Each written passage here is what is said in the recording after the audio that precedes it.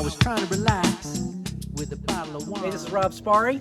Hey, this is Brendan Hillary. In this video, we're going to install the Inferno cab heater into a Honda Pioneer 1000. I'm going to go into some electrical detail, and we'll show you the parts we used and the tools. We'll also put the parts description of additional items that we had to purchase to solve a few problems into the description of the video. Now, in the electrical, we are going into detail that some of you may not need if you're just tapping into the cigarette lighter circuit. For others who have a separate fuse box and accommodate additional accessories, you'll probably want to follow my details on that electrical.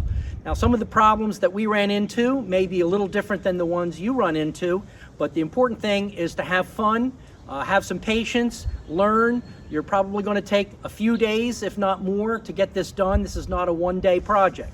In the end, I think you're going to be happy. It works really great. Ready to go? Let's do it.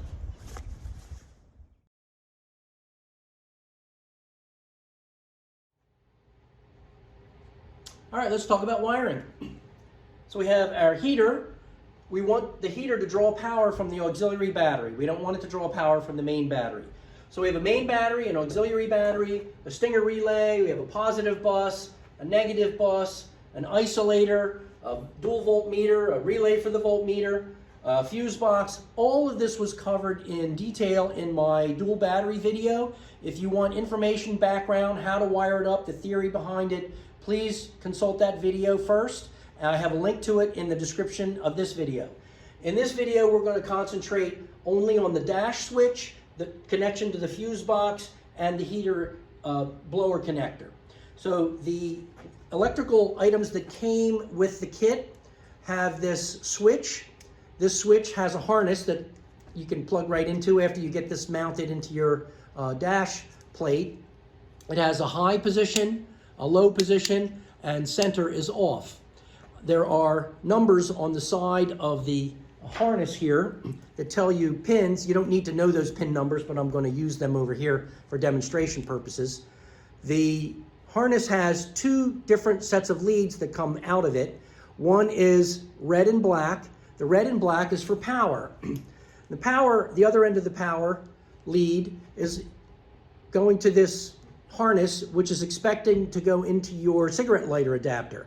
So they expect you to pull the cigarette lighter adapter, plug this in, and then daisy chain back on so that you can get basically power from the accessory circuit using the cigarette lighter wiring. We're not going to do that. We're going to cut these wires because we don't want to use the cigarette lighter circuit. We're going to plug directly into our fuse box where we have other accessories. So the positive pin number 2, this red, is going to go into our fuse box, and I have a 15 amp fuse in there. That's the same size that the cigarette lighter has. So we've got a pin number 7 that is the black part, and that's going to go to our negative bus. We have the other lead coming out of the harness, and that has the switch controls. So you've got orange, yellow, and black. Now the black is actually in the same pin position as number 7. So you can see here that I have number 7 coming along, and it's connected right there. You do not have to physically make this connection yourself. It's pre-wired right there. I'm just showing by the diagram that it is also part of the switch connection. So pin 1 and pin 3 are connected with the orange and yellow. That controls the high and the low blower speed. I don't know which color is which, and in fact, I don't have yellow and orange markers, so I used blue and green, so sue me. Anyway, once we get this connected to our fuse box and the switch is wired up, all we have to do is connect this into the blower connector and we'll be ready to go.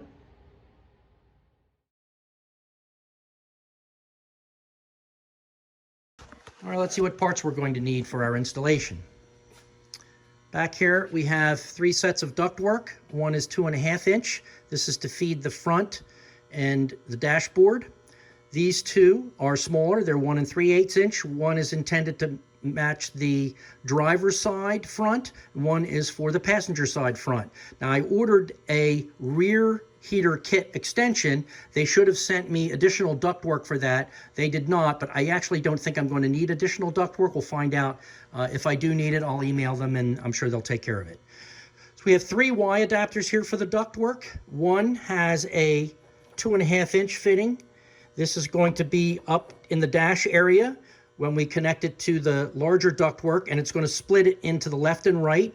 We'll take a little bit of this ductwork on each side to connect to these louvers. So these louvers are 1 for the dash area, or 2 for the dash area, left and right. Here you have 2 for the seat facing front. 1 is for the driver's side, 1 is for the passenger side. Here you've got 2 for the rear, 1 for the driver's side, 1 for the passenger side. These 2 Y adapters will take this ductwork and split it into the left and right front and left and right rear. Now, the ports on the heater itself, this is the heater assembly. There are 3 ports here you can see. 2.5-inch blower port is going to go for the 2.5-inch duct, of course, which feeds the dash. Then you've got the 2 smaller ones. One is going to be for the front, one's going to be for the rear. The blower assembly also has 2 coolant lines, one for incoming and one for outgoing. The cooler lines are going to be from this hose. We're going to splice into the existing coolant lines. This is a 6-foot hose. You're going to cut it into 3-foot sections. In order to get this hose through to the rear coolant area, we're going to cut 1 3/8-inch holes. So we've got our little hole saw bit here, and these are the grommets that hold the coolant lines in place. We're going to have some fittings and some clamps in order to secure this line when we get it connected to the coolant area. When the project's over, you're probably going to need a little bit of additional antifreeze to make up for that loss. Let's come back over here. We have some hose that I have no clue what this is for. Maybe it's an air hose. I don't have any idea. I didn't see any reference to it in the instructions, but we'll find out later on if we need it. Here we have the electrical. This is the dashboard switch and the harness that connects it to the electrical system. We'll explain that in detail. Here I have a drill bit that is for additional hole saw bits. And I need to cut several different hole sizes. One is going to be the 2.5-inch hole, which is going to be for these louvers. One I've already mentioned is the 1 3/8-inch hole that's going to be for these grommets.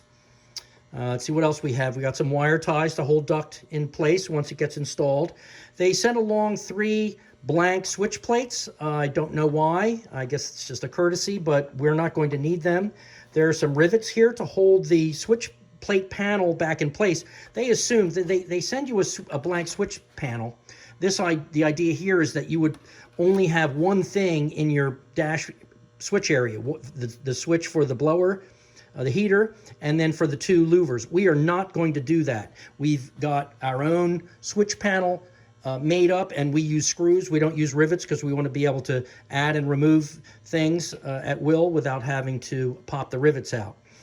You can watch my dual battery video if you want to see details on how we do the switch plate for many other accessories. This is a nice little plate that holds different metallic objects so that they don't get lost. These are magnetic. We have 4 bolts, 4 nuts, 4 washers. These are going to be used to secure the heater assembly to the seat through the skid plate. Let's see if there's anything I missed. Well, of course, we have a t-shirt from the Inferno folks. I believe that is it, so let's get started.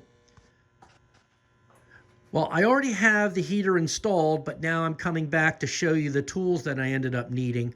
One thing I should mention, this little tube here that I wasn't sure about, looks like I did not need that. Maybe I got it mixed up, and maybe it didn't come with the heater, and I just made a mistake. So forget about that. The Dremel, very important tool I needed. That was to help cut the hole under the driver's seat for the ductwork. Of course, you're going to have a regular array of standard screwdrivers, Phillips, flatheads, pliers, things of that nature. This was an important tool. This is a 1/4-inch wrench that I used to undo the hose clamp. There were some coolant line clamps that I needed to undo under the engine compartment. I'll show you that a little bit later. That was very handy. These Allen wrench set, this was to get the certain bolts from under the engine cover off. This is a heat shrink tube, a heat gun, and some solder. I used that to make the extension from the wiring harness from the switch panel over to the fuse box. I could have used butt connectors instead of using solder, but whichever you're comfortable with, whatever's convenient for you. This is a great little kit. I described a lot of these tools and kits in the dual battery video, so you might want to check that out. For more specifics, this is a Klein wire stripping tool. It's great. I really recommend having one of these. It helps to strip the wire at exactly the right gauge and get the sheathing off. This is a crimp tool, which is used to when you put the wire into these types of connectors, and then you crimp it down and then put the heat shrink over it, and that makes a good connection. Of course, I had some electrical tape. We used a 15 amp fuse for our fuse box. The directions for the heater assume that you're going to tap into the auxiliary circuit where the cigarette lighter is. We didn't do that, but that cigarette lighter is a 15 amp fuse, so I figured 15 amp was the correct amount to use in the fuse box. I think that's it. Let's get you started. Here are a few additional products I ended up using to solve a few problems I ran into. One is this part number 40198 from Ace. It's a toilet tank gasket. I used that on the front louvers. I'll show you more detail about that later. I'm also using this heat wrap that's a shield to protect the large ductwork that's close to one of the coolant lines that gets pretty hot. So I'll put the link to these parts in the description. Okay, and I'll show you how these are used a little bit later. I wasn't completely satisfied with how well this tape insulation did to protect the duct from heat coming off of the coolant pipes under the vehicle. So I bought a couple of pipe insulators, pretty inexpensive on Amazon. I'll list them in the description. I used just a regular pair of scissors and cut a line through so that I could wrap it around the pipe. I'm probably going to double up and put two of them together, and I'm going to wrap them, secure them with this insulating tape. I'll show you what that part number is in the description as well. Let's see how that works.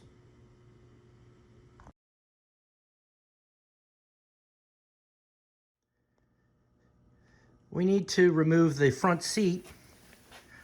So we're just going to lift up. There's a little catch under here. You just lift up on it, lift it forward a little bit. That'll allow you to pull the seat right out. All right. In order to take off the skid plate, we brought the Pioneer up onto a couple of these little ramps. The skid plate uses 10 millimeter bolts, and you can see it's a plastic piece. It kind of looks like it's metal from down here, but there are 1, 2, 3, 4, 5, 6 10 millimeter nuts that you're going to have to take off. Here we've got the skid plate. So just watch all that dust and dirt coming down. Make sure you save all of these in a nice little box. Here we have the skid plate removed, and all of the bolts are in a nice metallic container to keep them from being lost. And we'll get back to this shortly. I feel like I need to clarify some things about the skid plate. This is the skid plate removed. We've already shown that. And the instructions are going to say to mount the heater. Now this is shown from underneath of the vehicle. This is their instructions. They're saying to mount these 4 bolts through the skid plate. No, this is the skid plate. This is the floorboard. Maybe I'm wrong about the terminology, but I find it very confusing. So the instructions say in a couple of places, drill out the 4 mounting holes through the skid plate. No, you're drilling the holes through the floorboard, not the skid plate. They also say the bolt and nut start on the bottom of the skid plate. No, the bolt head starts underneath the floorboard and goes through the floorboard, and the nut is going to be on top of the floorboard from under the driver's seat. So I find that these instructions are quite confusing in that regard, and hopefully the video has clarified that for you.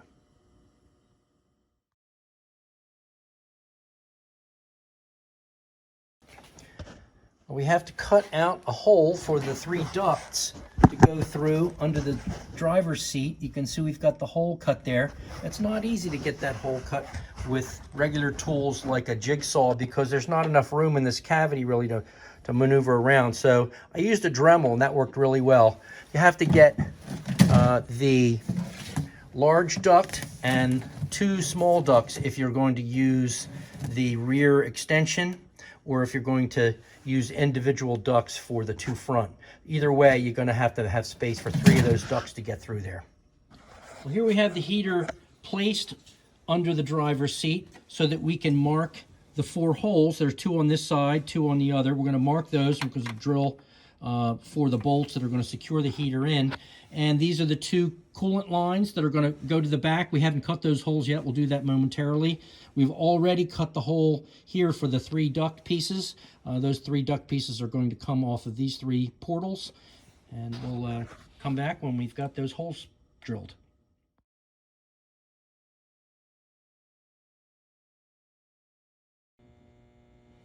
I didn't have a chance to show you how we cut these holes and put the grommets in for this coolant lines that are actually already in place now. As you can see, my partner already cut these holes and put the grommets in and ran the hoses through before I had a chance to film it. So sorry about that, but it's pretty straightforward. Just a hole saw that we showed you in the parts list, and it was very easy to drill those out. So piece of cake. We have the heater mounted. You'll see there are the 2 nuts on this side and the 2, you can't really quite see them here. Trust me, there's 2 nuts on this side that's been secured in. I'm going to show you the underneath in a moment. Here we have our 2 coolant lines. You notice that one is higher than the other per the instructions.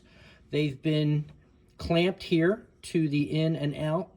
The grommets are in from our hole saw, and they are hanging loose on the other side. We're going to connect them shortly. Okay, now we're underneath the vehicle, and you can see we've got our 4 bolts with washers that are going through the floorboard up and to mount the heater. The skid plate has been removed. We're going to replace the skid plate shortly. There you go. I'd like to offer a few tips about the heater placement.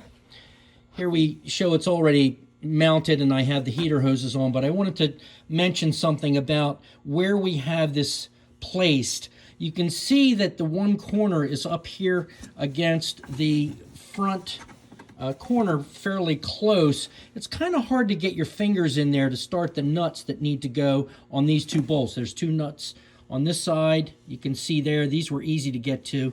And these were not as easy to get to because we put it a little close here. I would recommend that you have the heater placed a little bit further towards the back than we have it here in order to give yourself enough room to get your fingers into this a little bit easier. Maybe another inch or so would have been fine. So as you can see that the heater system is about even with these relays or these harnesses. I would move the whole thing up about at least an inch or so, and that ought to do it.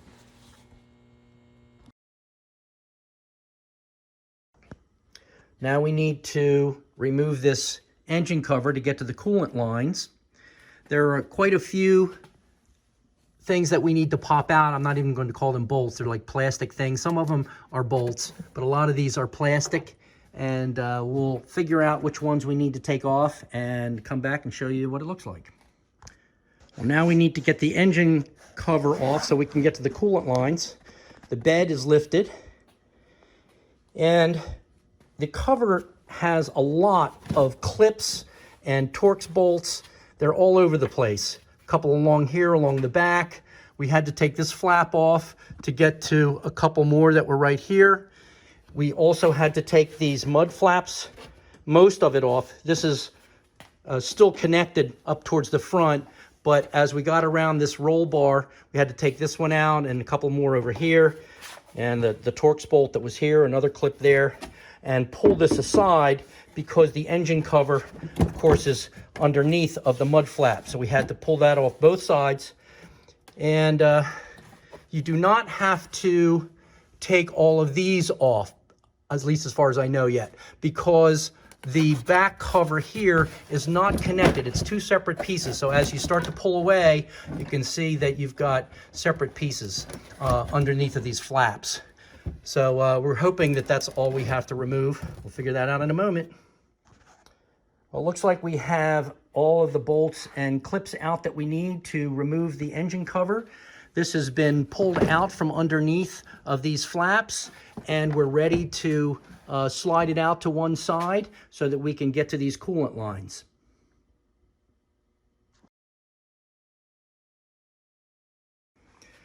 With the engine cover off, we are now able to identify where this picture is. The instructions had this picture, and I could not understand where this was. These are the two coolant lines down here that we're bringing in from the front engine compartment. And you can see we've got them coming through from the driver's side, underneath the driver's seat.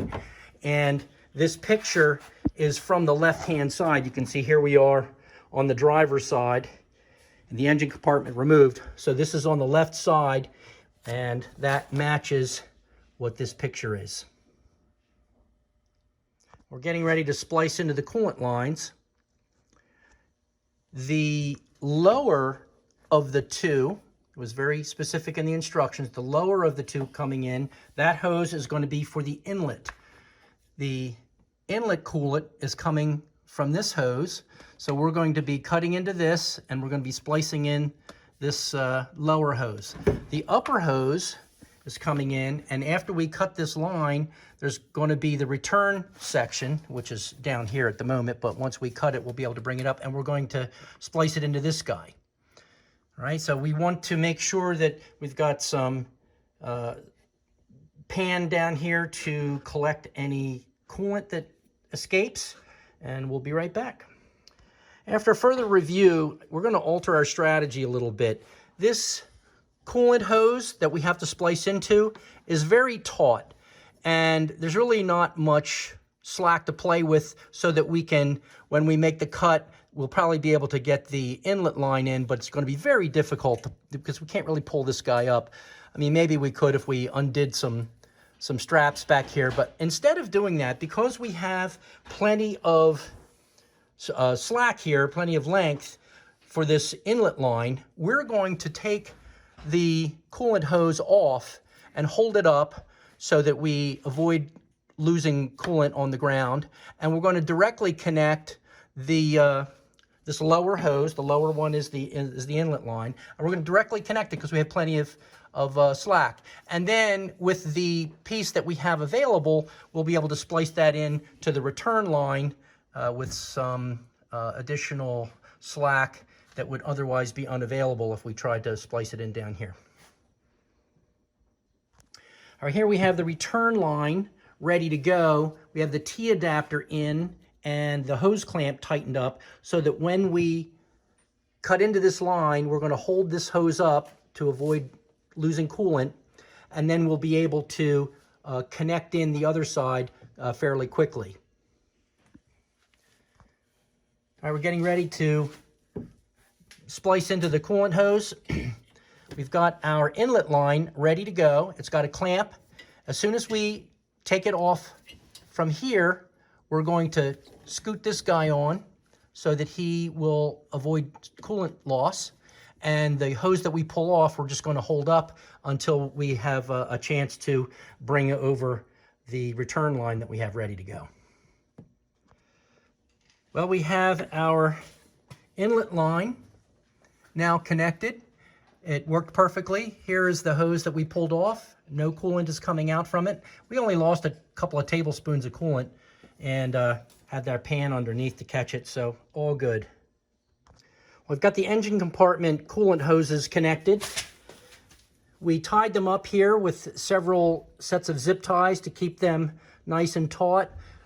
The splice into the return line is actually hanging down here a little bit.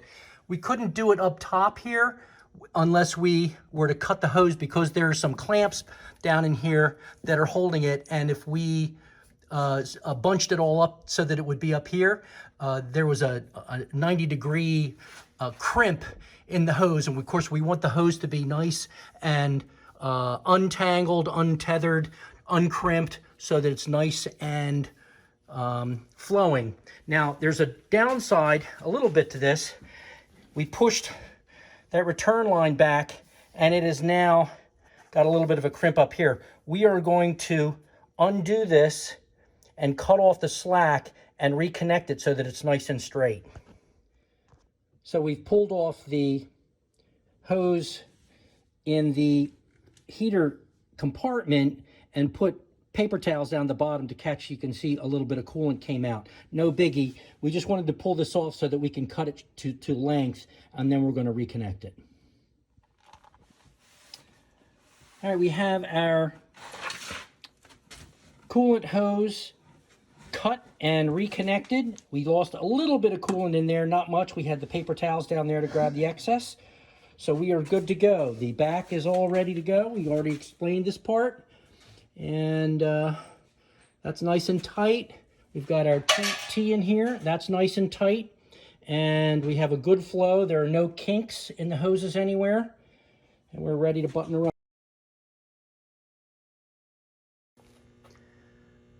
I want to talk a little bit about running the ductwork, the main duct, the larger one. Some challenges we need to discuss there, and also how it comes up to the front.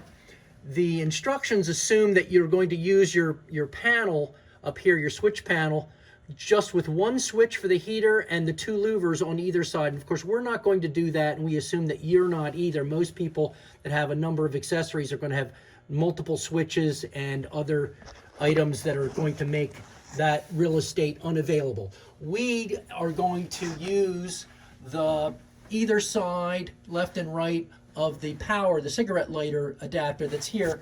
You can see we've already cut a hole here. I'm going to talk about this a little bit more later. But we are going to run the main duct from the portal here through the hole that we've cut. Right now, we've temporarily got it up and over, coming down to the drive shaft. Now, the drive shaft is angled, and it goes from the right side near the passenger, and it actually comes across diagonally, so it's difficult to get a nice clear path for the ductwork without getting in the way of the drive shaft, and it's very important not to interfere with the drive shaft. So we're going to be wire tying this up, or zip tying it up, so that it's not interfering with the drive shaft. Another thing we want to talk about, of course, is the fact that we have to pull this ductwork underneath the floorboard. We can get access to it with the skid plate removed. We're going to pull it through here, and then we're going to connect it to this Y adapter. You can see we have a piece of zip tie around it. That's not a problem. This is going to go up underneath, and we're going to put a couple of little pieces, maybe 8-inch pieces of shorter ductwork that's going to be on the louvers, and they're going to connect to that Y adapter. We ran into a little problem here that I'm going to talk about in a moment. All right, to prepare the louvers, you just need to understand that the louvers themselves come in 2 parts. One is going to be the outer part that's going to go into the hole that we cut. I'm going to show you that in a bit. And the back part where you're going to get the ductwork over. Now, what you have are several of these clips. And you take the clips, you get them on there, and you put the side that's got the little bump out. I've been using 2. It didn't tell me how many I should use, but I figured 2 is plenty. So I've got these 2 clips on, and then you can take the duct and just slide it over those clips, which is what we have here, and they're not coming off. Well, as I just mentioned, we ran into a little problem with this louver location and the hole. If you recall, the instructions want you to mount your louvers up in the switch panel area. We're not doing that. So we had to find our own spot, and the fact that we chose down here meant we weren't entirely sure exactly where to cut these holes. So we carefully cut the first hole, and it's fine. There's no problem back there. But there is a little metal bar up here that's just near the top, and it's just big enough to keep the louver from fitting in properly. So what we've had to do is make this hole a little bit bigger to move towards the bottom. So if I had to do it over again, in fact, I'm going to plan to do it on that side, I'm going to cut about another ½ inch lower and be a lot closer to this. I was trying to go in the center, but now for the next one on that side, I'm going to go down a little bit so I can be closer down here, and that louver will probably fit, so the hole saw will cut the perfect hole and we'll be able to get that louver in. Since we now have to make this hole a little bit bigger so that we can actually push this in far enough, the hole is too big. So what I did was I went to Ace and I got a toilet to bowl gasket, and it happened, and I got 2 of them just in case I screw the other one up too. But this is the perfect size to fit over this, and that's going to allow me to I'm gonna put some adhesive around here, some Gorilla Glue or something, and keep this gasket on there, and that will allow me to utilize my original hole. All right, so hopefully that works. Now we have to get these adapters onto our front louvers, because we drilled that hole too big.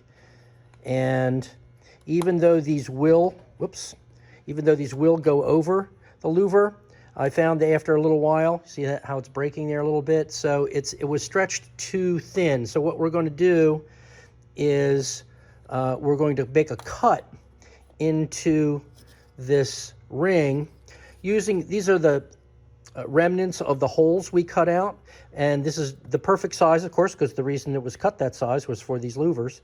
We're going to use this as a guide. We're going to draw a circle around the back of the ring, around here, and then we're going to take our mat knife and cut around it a little bit so that there's not quite as much pressure causing the ring to split as you saw it do here. Well, here you see we have our plumbing gasket. It's been cut out using our mat knife. It's quite simple to do.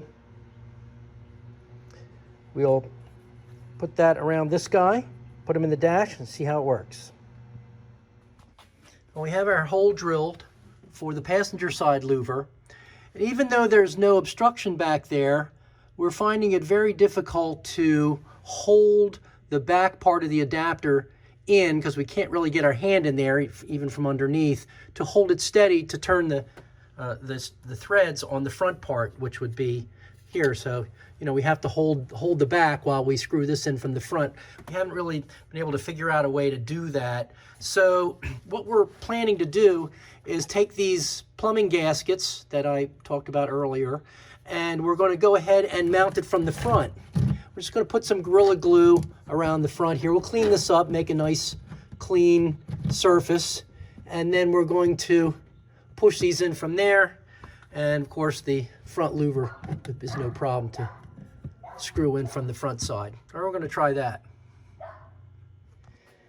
Here we have a bead of Gorilla Glue around this gasket, and we're going to go ahead and place this into the front dash. Here you see we have our ductwork now connected to the Y. We've got both sides. This side is coming up to this dash louver, which we've glued in place with some Gorilla Glue and that toilet tank flange, and it works great. It's nicely set here. We just have to finish the other side.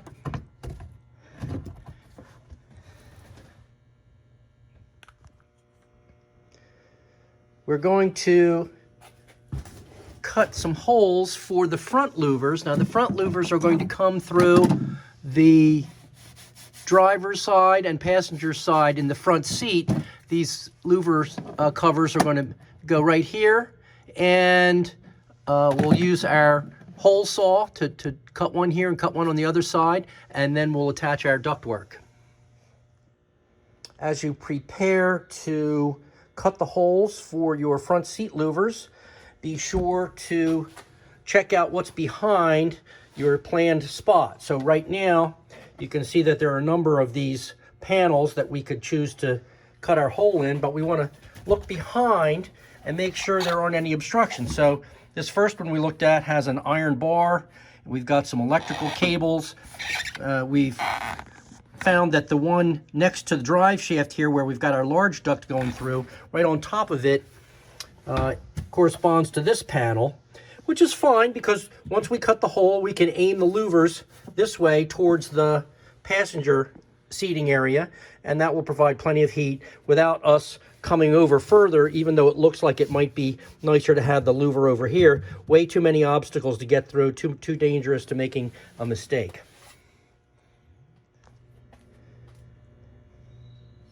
We have our hole cut for the passenger side louver, and now we have the ductwork for the passenger side.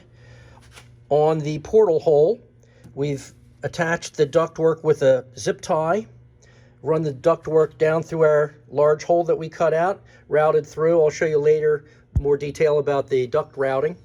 And we've come up just in front of the, or just behind where the hole is. Remember, now we have to connect the back side of the louver. The louvers come in two pieces. There's the back side here, and then there's the front with the louver part that's going to thread on. If you remember, you have to have these clips.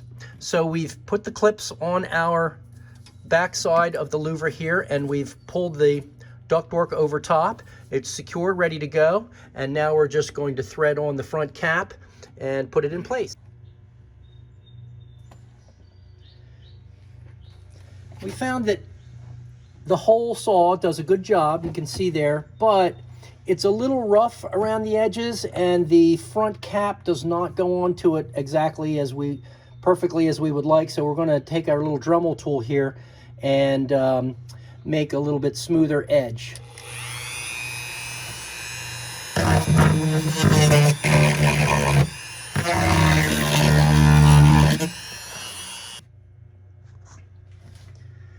That little bit of Dremel work on the outer ring did a great job. It made it very easy for us to screw in this top cap, and now we have a nice little louver that's connected to our ductwork here in the back, and we're ready to do the driver's side. We have our driver's side seat louver completed. The duct for that is the third one here, and all three ducts are now connected, going through the big hole that we cut out earlier, routed through. I'm going to show you a little bit closer up about some of the wire ties that I have on the ductwork. Here's the front louver face for the driver's side. That was probably the easiest one to do.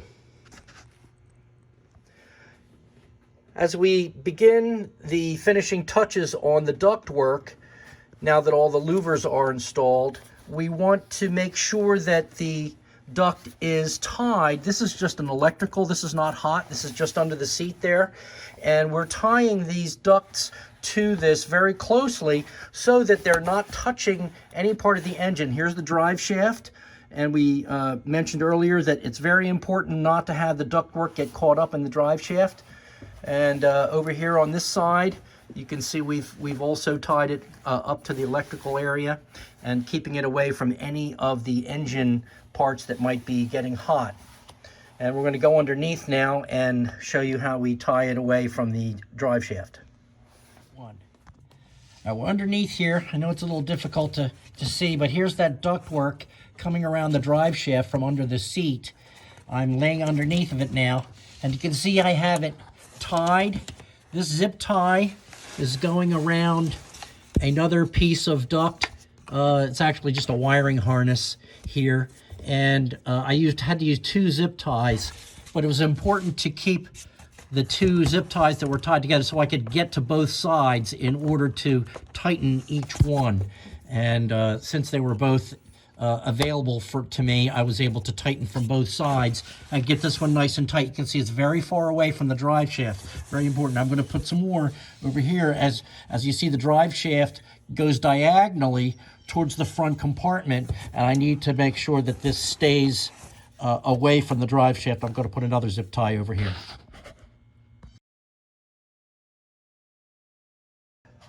Well, we're facing the back of the vehicle. Those are the back wheels down there. We're coming up here. This is where the skid plate would go. This is the drive shaft. This is the front seats back here. This is the large ductwork that's coming from the front seat. It's tied up, as you can see here. Now, these are those coolant lines, those coolant pipes. At least I think they are. I could be wrong about that. But these do get hot, or at least one of them gets hot. I'm pretty sure both of them get hot. I've already cleaned this one pretty well. We're getting ready to put some of this heat protection tape right around this pipe here. You see where the ductwork, it's touching this just a little bit. I can't really tie it any tighter around here to keep this really away. So I'm going to put some of this heat protection tape around this pipe right here. All right, here we go. Well, in order to wrap this coolant pipe that gets a little hot, we took our product that I showed you earlier, and with just regular scissors, we cut probably about 1.5 inch wide strip. Cut a couple of those. It's very easy to cut. It has a nice adhesive on the back. You just peel it off, and I'll show you what it looks like when it's wrapped.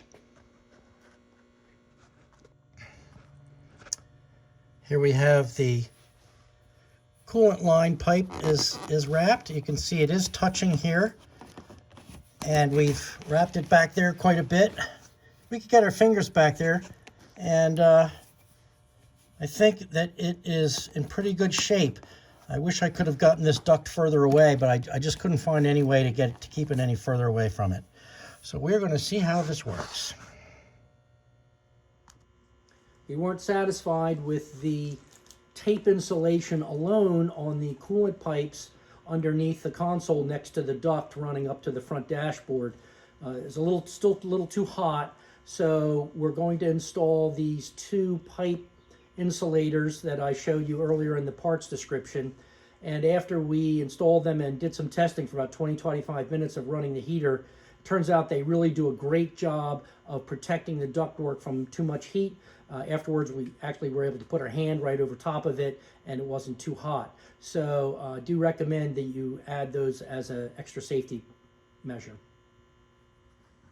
Well, one little trick I thought turned out pretty well was to take the 2 insulators that are now stacked, and there's the line cut for the pipe, and I used the strips of tape and set them all up ahead of time so that I can slide this whole assembly onto the pipe behind the duct and not have to get the tape to wrap around it after the fact. So let's see how that works.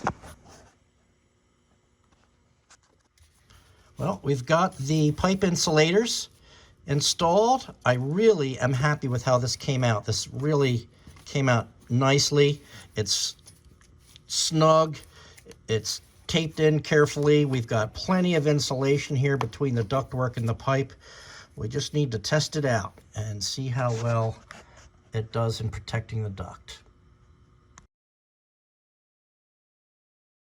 We've decided we are not going to do the rear heat extensions because in order to bring the heat to the back, we have to cut through for a louver here and on the other side.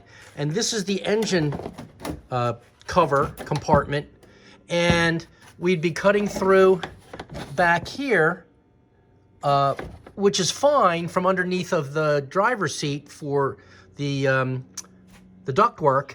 But then in order to get that heat into the rear compartment, we'd have to also cut through this engine cover, which we could do, but then when we ever want to take this engine cover off again, we'd have to detach the louvers, and that just seems like too much work. I don't want to get into that. We're just going to heat the front. Sorry about that for the rear passengers. Now we're going to connect the electrical. We have our cable harness. The switch that's going to go in the dash panel has been removed. We'll put that in at the end. This harness, which goes behind the dash panel, switch panel, divides into two separate cables, and we have the smaller one is power. You can connect this right into the power adapter, the cigarette lighter in the front dash if you want to do it per their instructions. We're not going to do that. We're going to snip these two wires and connect directly to our fuse box. I'll show you how we do that. And the connector here is for the blower motor, and this is going to route underneath of the vehicle and up into the driver's seat underneath, and I'll show you how to do that too. We have our switch plate removed. We use 4 screws on the 4 corners. We don't use rivets. That way we can remove this plate as needed. For those of you who've seen my dual battery and accessories videos, I show you how to do all these switches, and we're not going to get into detail on that. If you want to see how to hook up to the dual battery and whatnot, please refer to that video. We have one available switch spot. This is just a blank. Actually, it's a switch, but we're going to pull this one out, and this is where our heater switch is going to go, and I'll show you that detail in a moment. So here we're fishing the electrical cable that's going to go to the blower motor, and we've just stayed really close to the bottom here because we can get underneath of all this wiring. Most of this wiring is going to the front cavity where the fuse box is, but this cable is not going to go that way, so we want to just keep him real close here. There's a little flap that you just have to stick your finger under, and then you can push this down. It comes out real easily right here, and now we're going to run this underneath. Well, we're down underneath of the vehicle now. This is where the skid plate would go, and here are the 4 bolts that are holding the blower motor in place. We're directly underneath. This is the drive shaft. Here's the ductwork that we've tied up. Now we're running that electrical cable, and you can see that I've run it along, and I've got a wire tie here. I have run it along the same path as other electrical wires have come through. The one thing that I did that I want to point out, I got it when I fished the cable down from underneath. It was actually not that hard to get down in here, and I ran it along the same path. It's a little difficult to get that connector over this little spot, but if you just work your hands a little bit, get your other hand over here so you can pull it, it comes through quite nicely. So once you get these cables tied together, it's pretty easy to fish it into the seat compartment. Well, after we fished the cable, the electrical cable up, we brought it through here and just put our other hand through the hole down there to pull it through, and you can see now we have it connected to the harness, and we can go ahead and push this down into the cavity down here, and that should be good. So the blower motor side is all finished. We have our cable from the switch harness run through underneath and to the blower motor, which I just showed you a moment ago. Now we're going to take the part that we cut. This was the electrical connection to power, so this is not quite long enough to get to our fuse box, and we're going to add in additional wire just to give it some extra length and flexibility. This is 14 gauge wire I just had hanging around, a red and a black piece. I know it's 14 gauge because of our awesome Klein stripping tool. Highly recommend getting one of these tools. I know it's 14 gauge because I lay it right into the 14 gauge cutter, and it cut the sheath off perfectly at that length. Now the other end, this side is actually 16 gauge, and I know that because I laid it into the 16 gauge and it cut the sheath off perfectly. It's okay to match the 16 gauge to the 14 gauge, no problem. We have our extensions on now. I just soldered the red and the black wires together and put a little heat shrink on them with a little heat shrink gun there. And now we're going to fish these through the front and get them to the fuse box, and then we'll cut off the excess we don't need and put on our connectors. We have our wiring to the fuse box complete. Have our fuse box cover. We have our label on position 9. As you can see, 1, 2, 3, 4, 5, 6, 7, 8, 9. Over here are the negatives. 1, 2, 3, 4, 5, 6, 7, 8, 9. So our new cable is connected right here, wire tied up with this bundle to try to keep them fairly neat.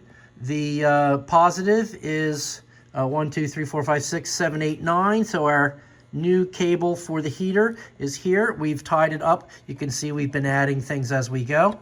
And that is good to go. We'll pop our cover back on. The extension we made goes back into here and up to the dash panel. So we are ready to put the dash switch back together.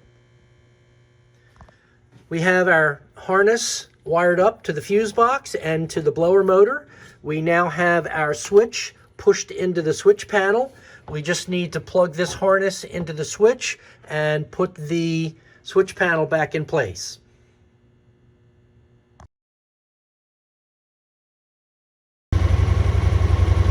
Well, we've run the unit for about 10 minutes or so, and our switch is here. It's on in the high position right now. We've got our two front louvers. The heat is coming out very nicely. It's pretty warm. Like I said, we've only been running it for about 10 minutes. We don't even have the access panel locked up yet. We have our front louvers open. Nice amount of air is coming out. We don't have our doors on because making the video was a lot easier to do it without the doors on, but we'll check and see how warm it is once we get the doors back on. All right, well, Brendan has been running the heater for a little bit. We're gonna check and see how nice and toasty it is in there. Let me get this door open. We got our doors back up. All right, Brendan, what's the verdict, man? Hey, the vents are blowing strong and it's very hot in here. Very toasty. Very toasty, huh? Oh yeah. All right. All four of them. Was it worth it? Worth it. All right. High five. Good job, brother. Good job. To the next video, right?